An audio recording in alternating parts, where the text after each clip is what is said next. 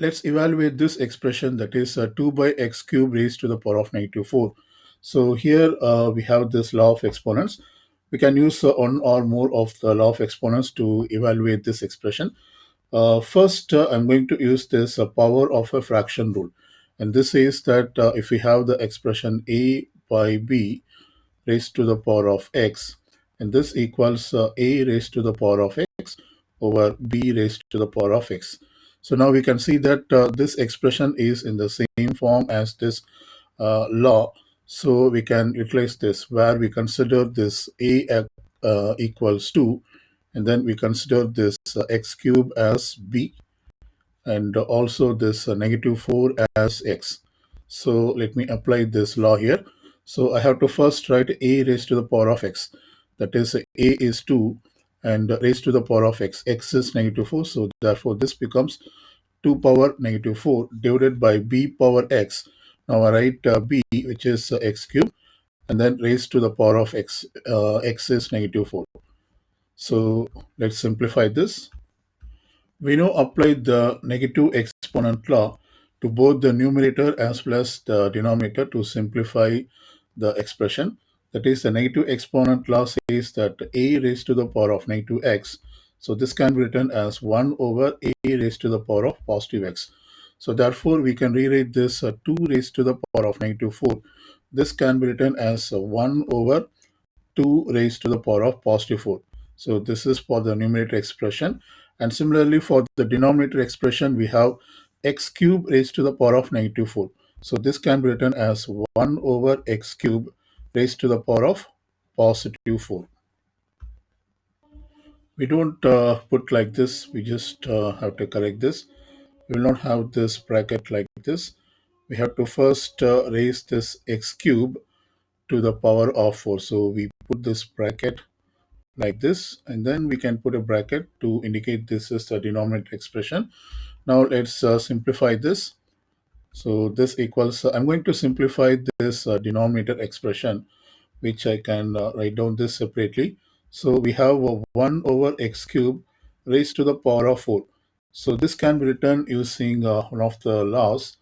I'm going to use this power of a power rule, which says that if we have a raised to the power of x, and once again we raise it to the power of y, we then write down this as a raised to the power of x times y.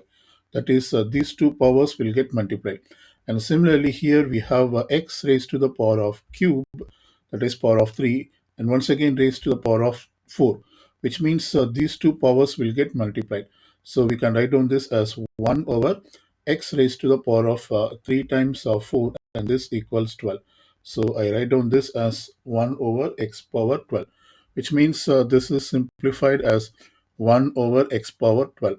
So I write down the numerator expression as it is, and then put the denominator expression as 1 over x power 12. Now we have a fraction both in numerator and denominator. So I write the numerator fraction as it is, that is 1 over 2 power 4, and then multiply with the reciprocal of the denominator fraction. The reciprocal of the denominator fraction is x raised to the power of 12 divided by 1.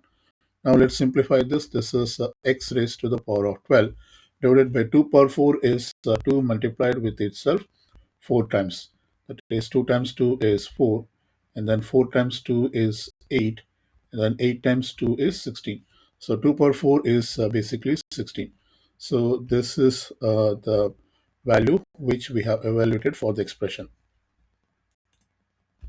which is the final expression, final value of this expression. We now evaluate this expression, that is negative x squared times x raised to the power of negative 8. So here we can use this multiplication rule, which says that if we have a raised to the power of x multiplied with a raised to the power of y, and this equals, we just have to add these powers, that is a raised to the power of x plus y. So when we apply this rule here, this negative is common to both this multiplication. So we just put this as negative 1 times of, we just have to multiply this x power 2 multiplied with x raised to the power of negative 8. So when we multiply these two exponents, we just have to add the powers. that is x raised to the power of 2 plus negative 8. So this equals, we can write down this negative 1 as just negative. X raised to the power of 2 plus negative 8 is equivalent to 2 minus 8, and this equals negative 6. So I write down this as negative 6. In fact, now we can write down this in simplified form using the negative exponent law, which says that a raised to the power of negative x, this equals 1 over a raised to the power of positive x. So we can rewrite this as 1 negative 1 over x raised to the power of positive 6. So this is the final value of the given expression.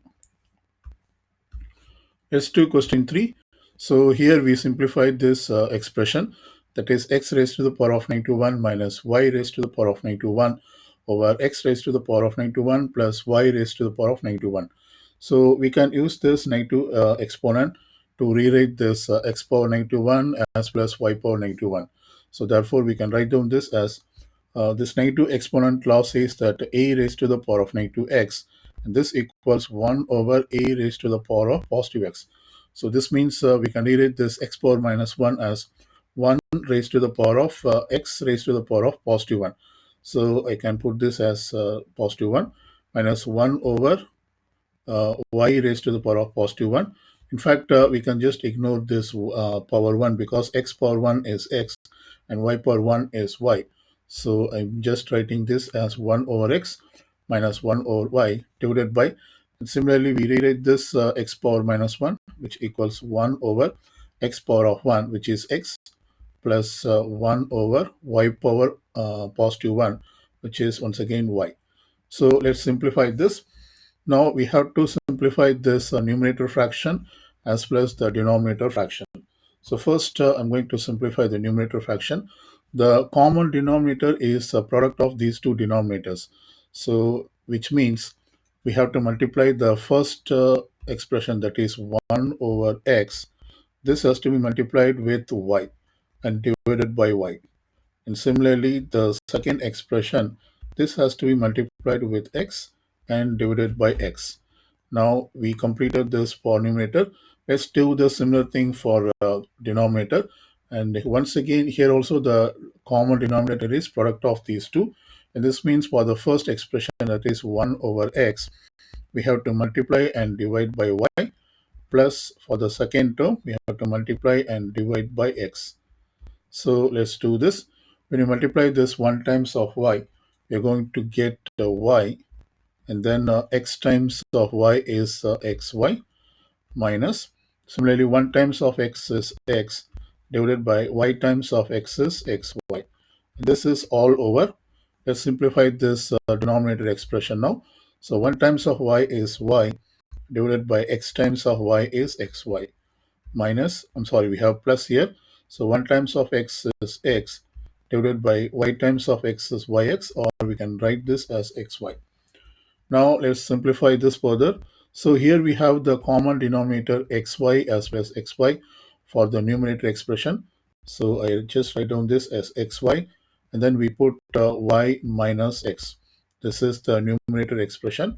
Divided by the denominator expression, we have the common denominator xy. So these two has to be added. So I can write this as y plus x. Now we have two fractions in the numerator as well as in the denominator. And this means we put the numerator fraction as it is, that is y minus x divided by xy, multiplied with the reciprocal of the denominator expression. The reciprocal of the denominator expression is xy divided by y plus x. You see that these two are like terms. They are in the numerator and denominator, so they cancel out each other.